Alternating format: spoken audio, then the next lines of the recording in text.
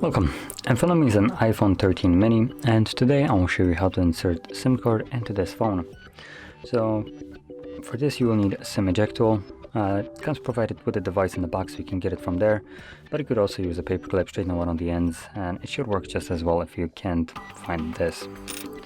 So anyway, we will need to pop off the tray, which is located on the bottom left side of the device, right over here. As you can see, push the pin in and the tray pops out just slightly for you to grab it and take it out. And then all you need to do is place the card on the tray, make sure it's laying flush, as you can see this one is for me, and insert it back into the device.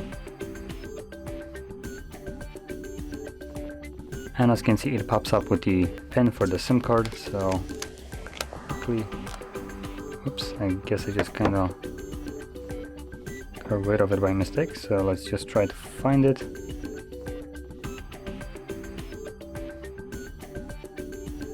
Not what I wanted to click.